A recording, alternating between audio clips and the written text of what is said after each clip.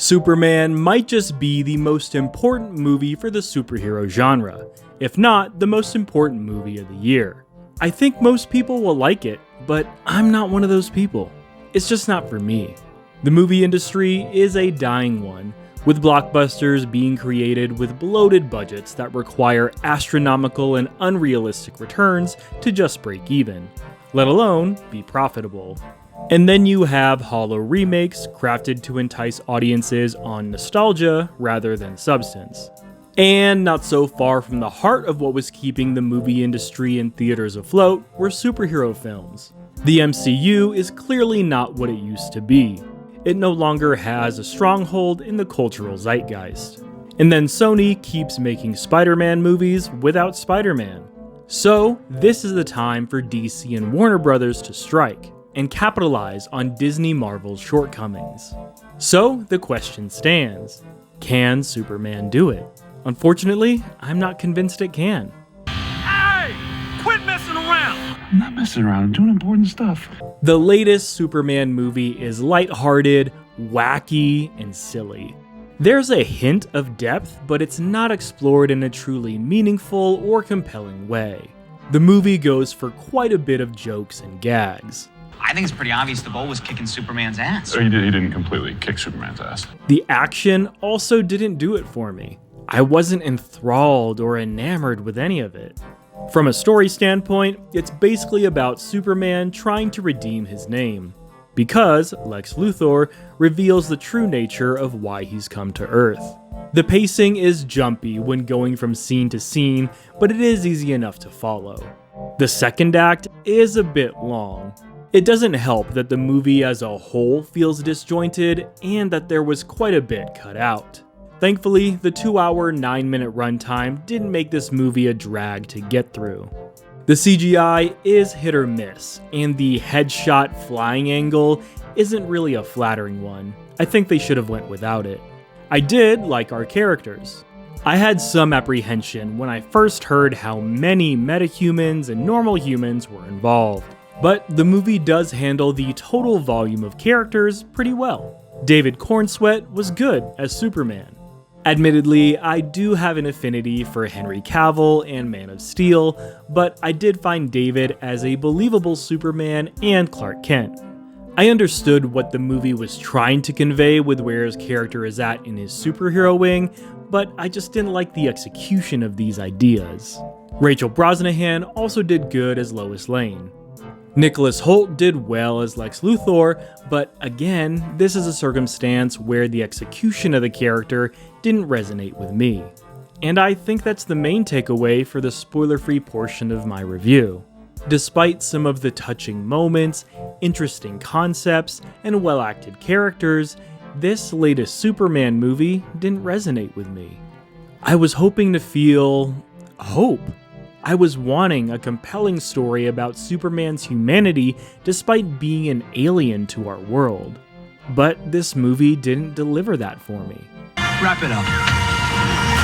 Good luck with that. Full spoilers ahead, folks. Supes, you dropping the L word 3 months in, bro?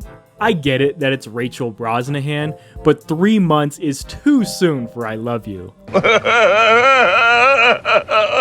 This take on Superman wasn't really my cup of tea. I get it that he's still fairly new, only having 3 years of experience under his belt, but his erratic and reactionary nature was off-putting for me.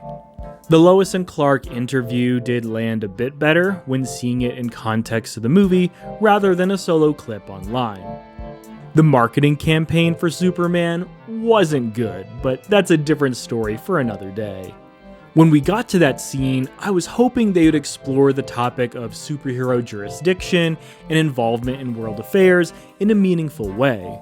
It's something I found intriguing, and was wondering how they were going to handle a Superman that possibly takes political sides, or involves himself in a conflict that requires more nuance than his fists could handle. Unfortunately, it's a really surface-level discourse that the movie doesn't dwell on, or really address beyond this scene.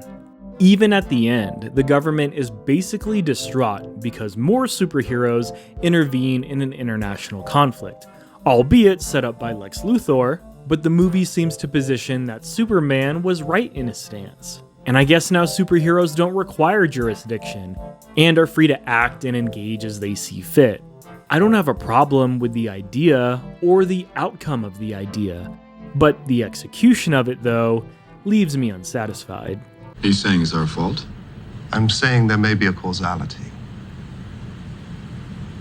Our very strength invites challenge. Challenge incites conflict. And conflict breeds catastrophe. Oversight. Oversight is not an idea that can be dismissed out of hand. I also get Superman's more aggressive approach to confronting Lex about Krypto. Superman, we finally meet. Would you like a coffee? Where's the dog? Dog. The dog, loser! You took the dog! That's right, you get all of this. Where's the dog? But man, this didn't make me like Superman more. Sure, it's relatable, but maybe too relatable of a take on the God-Man. Superman was too naive and borderline immature for me in this movie, and the film almost positions this as a good thing. That he's the optimist to a cynical world, but then fails to deliver a satisfying execution of that idea. The movie doesn't show us how his self-sacrifice or the redemption of his name really changes or impacts people. I was also shocked that the Kryptonians are basically Viltrumites now.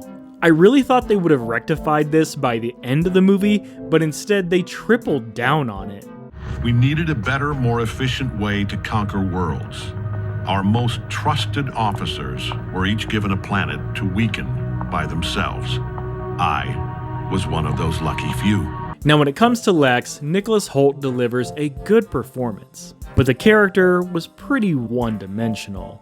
They don't explore his disdain for Superman with much depth, and his video game combat tactics to defeat Superman were nonsensical. For a billionaire who's positioned to be cunning and resourceful, you'd think he'd come up with a better strategy than shouting out combat moves to his lackeys. It was also jarring that the government basically gave him carte blanche to interrogate Superman. Hold up. Wait a minute. Something ain't right. So much so that he could kill an innocent man. Obviously he doesn't get away with it, but that event was so starkly different to the rest of the movie. It was played as serious, with some semblance of stakes, whereas the rest of the movie doesn't feel that way at all. Even the other kill scene was played for jokes. Again, it seems like there was more to Lex than the movie gave us. I appreciated some of the cunning and dastardly moments with his character, compounded with Hoult's intensity. I just wish he had a bit more depth and complexity than the one-dimensional villain we got. A few other things to mention. Krypto was likable enough. A very easy tactic to endear the audience to the movie and build some emotional investment. As a dog guy, it worked for me. Krypto, ow, ow, stop it, stop, sit, stay.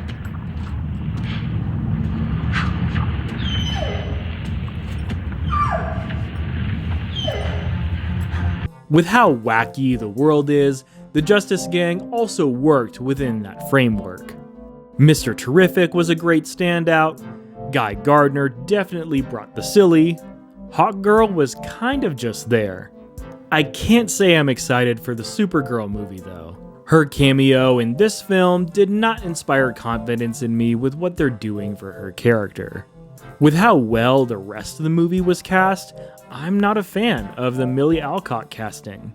But we'll see how it goes with her movie though. And that's the gist for some of my spoiler-free and spoiler-filled thoughts on Superman. This will definitely be a divisive movie.